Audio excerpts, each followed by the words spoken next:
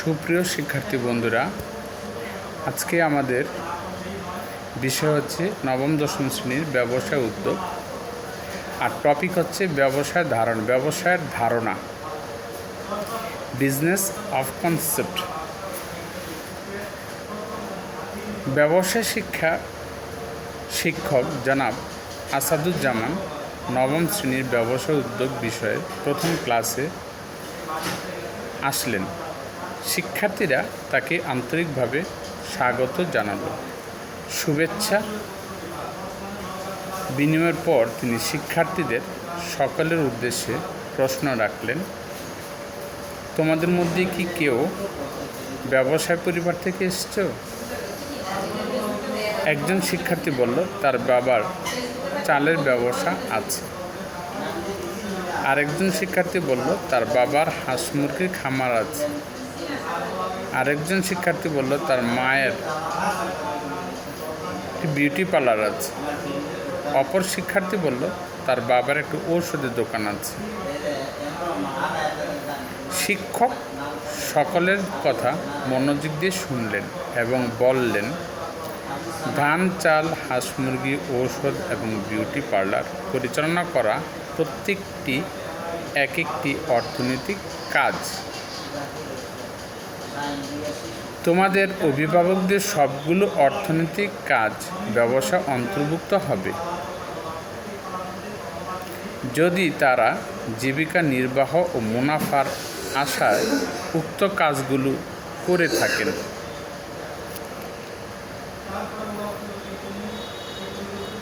সাধারণভাবে মুনাফা অর্জনের লক্ষ্যে পরিচালিত অর্থনৈতিক কর্মকাণ্ডকে ব্যবসায় বলে। পরিবারের সদস্যদের জন্য খাদ্য উৎপাদন করা, হাঁস মুরগি পালন করা, সবজি চাষ করাকে ব্যবসায় বলা যায় না। কিন্তু যখন কোনো কৃষক মুনাফার আশায় ধান চাষ করে বা সবজি চাষ করে, তখন তাকে ব্যবসায় বলা যায়। তবে মুনাফা অর্জনের উদ্দেশ্যে পরিচালিত সকল অর্থনৈতিক কর্মকাণ্ডকে ব্যবসায় হিসাবে গণ্য হবে যদি সেগুলো দেশের আইন অনুযায়ী বৈধ ও সঠিকভাবে পরিচালিত হয়। ব্যবসায় আরও কিছু বৈশিষ্ট্য আছে যা একে অন্য পেশা থেকে আলাদা করেছে। ব্যবসার সাথে জড়িত পণ্য বা সেবার অবশ্যই আর্থিক মূল্য থাকতে হবে। ব্যবসায়ের প্রত্যেকটি বৈশিষ্ট্য হলো এর সাথে ঝুঁকির সম্পর্ক। মূলত মুনাফা অর্জনের আশাতেই ব্যবসায়ী অর্থ বিনিয়োগ করে। ব্যবসায়িক কর্মকাণ্ডের মাধ্যমে মুনাফা অর্জনের পাশাপাশি অবশ্যই সেবার মনোভাব থাকতে হবে। ব্যবসার আরেকটি গুরুত্বপূর্ণ দিক হলো এতে অর্থনৈতিক ও সামাজিক বিষয়টি বিবেচনা করতে হবে। ব্যবসার ক্রমবিকাশ ও উৎপত্তি,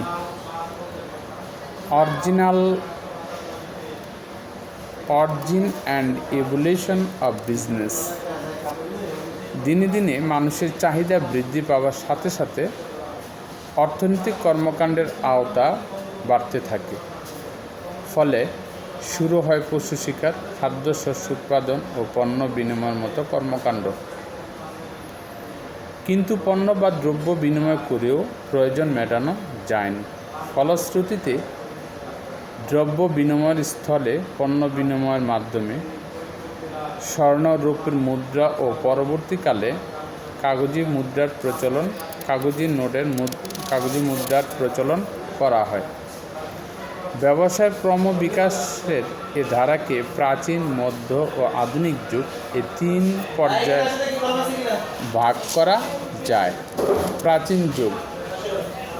প্রাচীন যুগ পশু শিকার, মৎস্য শিকার, ফলমূল আহরণ, কৃষিকার্য, দ্রব্য বিনিময়।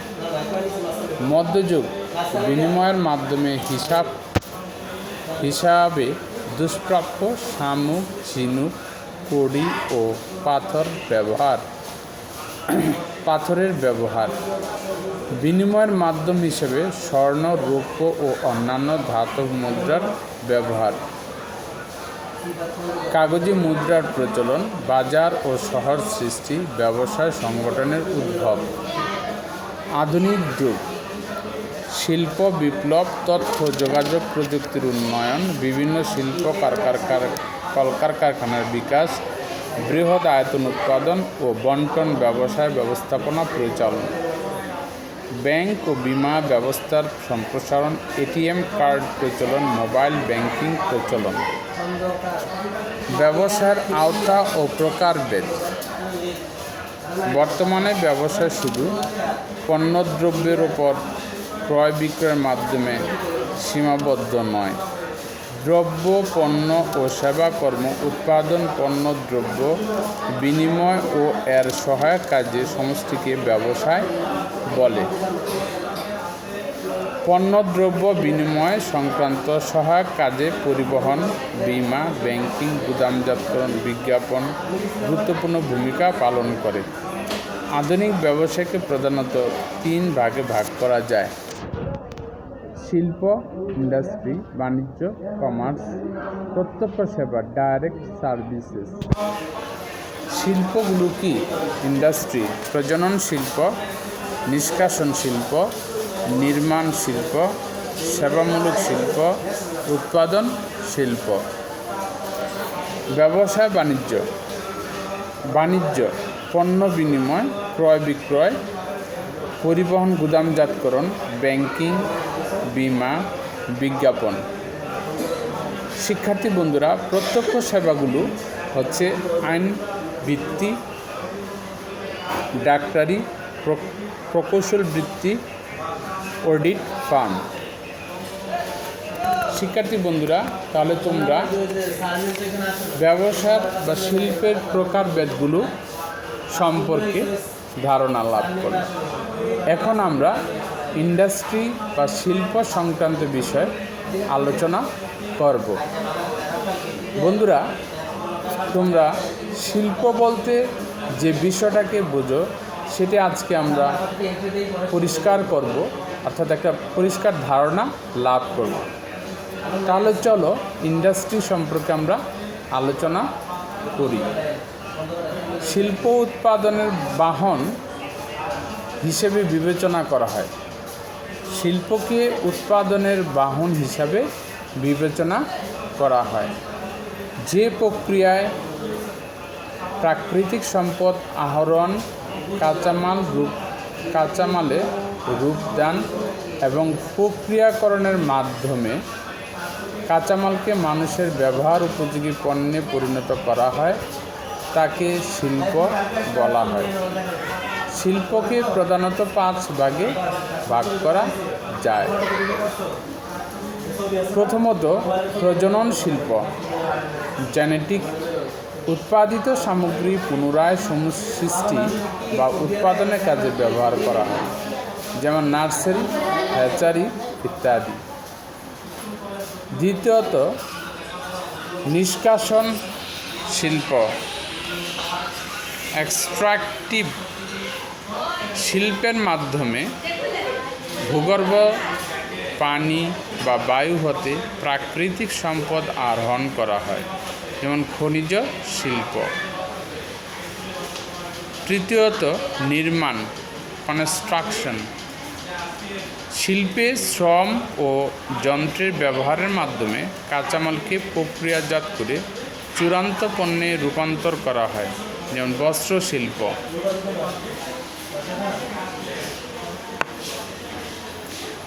উৎপাদন, ম্যানুফ্যাকচারিং শিল্প।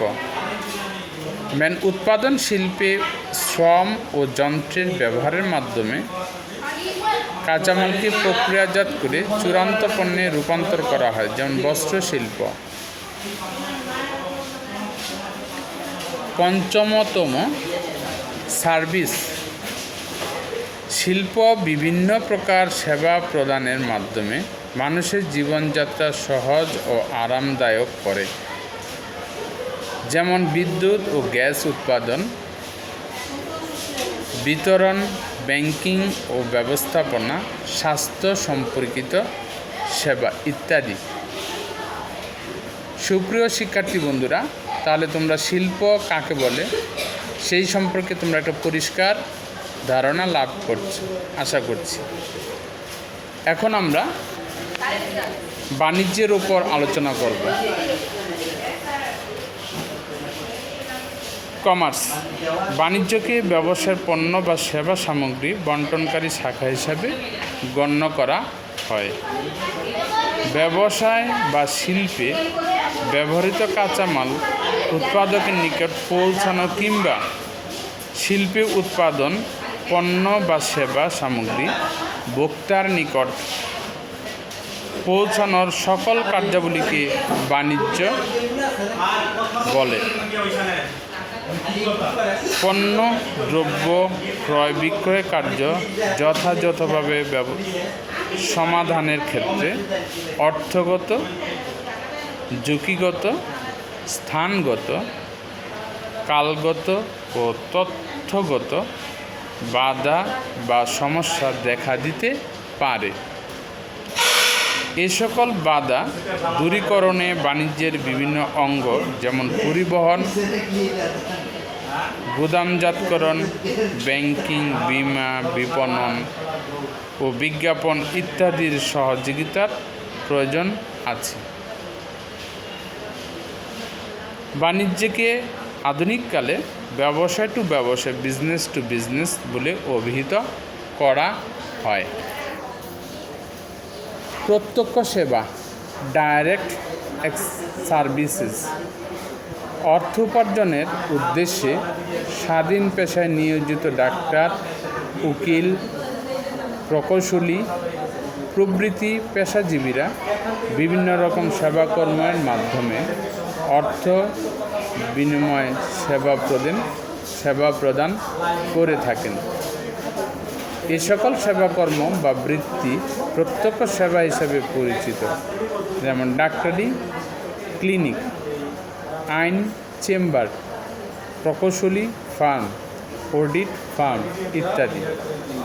প্রত্যক্ষ সেবা আধুনিক ব্যবসায়ের একটি গুরুত্বপূর্ণ শাখা। ব্যবসায়ের গুরুত্ব,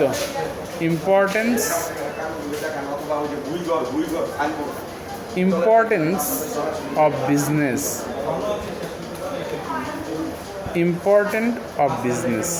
অর্থনৈতিক কর্মকাণ্ড হিসেবে গণ্য হলেও ব্যবসায় যে কোনো দেশের অর্থ, সামাজিক,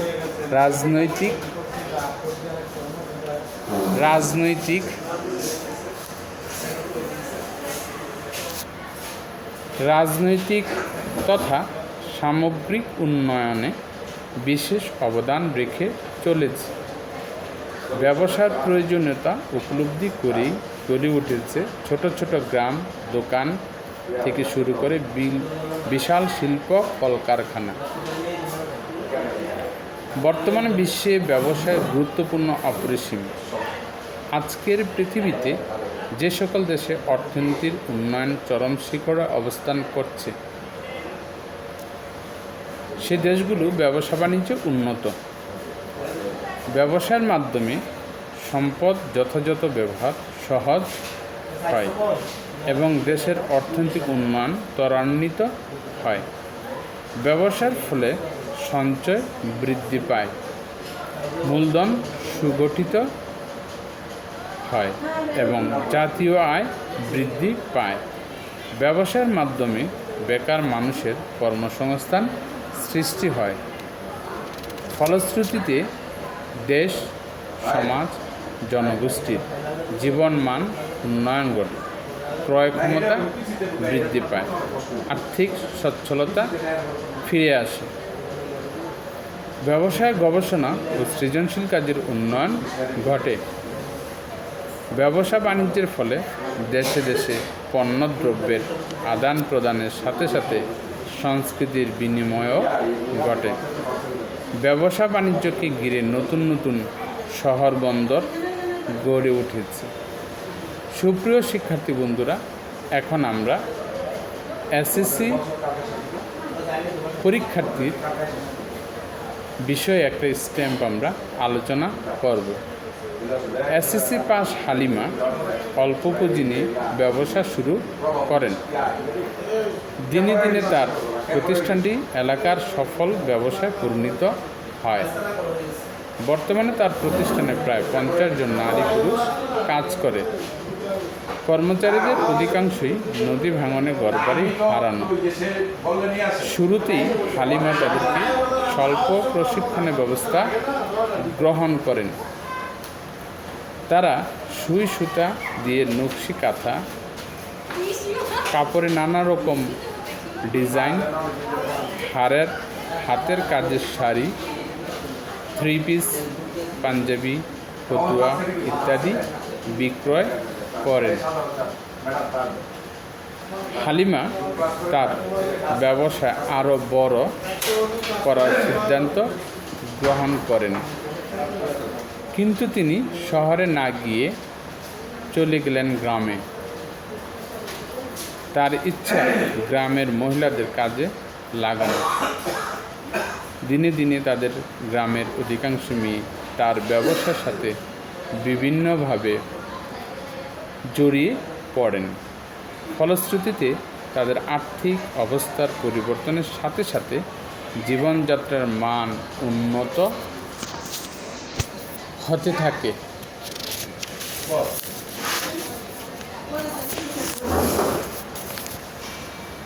ব্যবসায় পরিবেশ।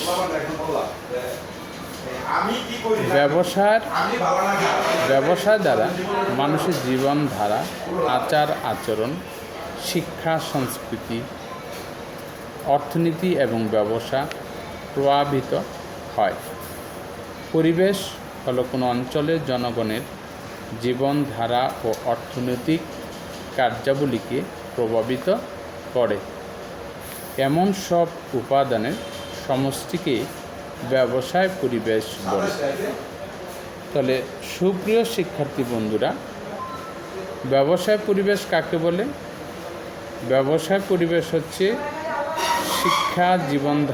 শিক্ষার মাধ্যমে জীবনধারা, সংস্কৃতি, অর্থনীতি, ব্যবসায় প্রভাবিত হয়। এবং পরিবেশ হলো কোনো অঞ্চলের জীবনধারা ও অর্থনৈতিক কার্যাবলীকে প্রভাবিত করে একটা ব্যাপক জিনিস, যেটি জীবন পদ্ধতির উপর প্রভাব বিস্তার করে। পারিপার্শ্বিক উপাদানের মধ্যে রয়েছে জলবায়ু, নদ-নদী, পাহাড়, বনভূমি, জাতি, ধর্ম, শিক্ষা ইত্যাদি।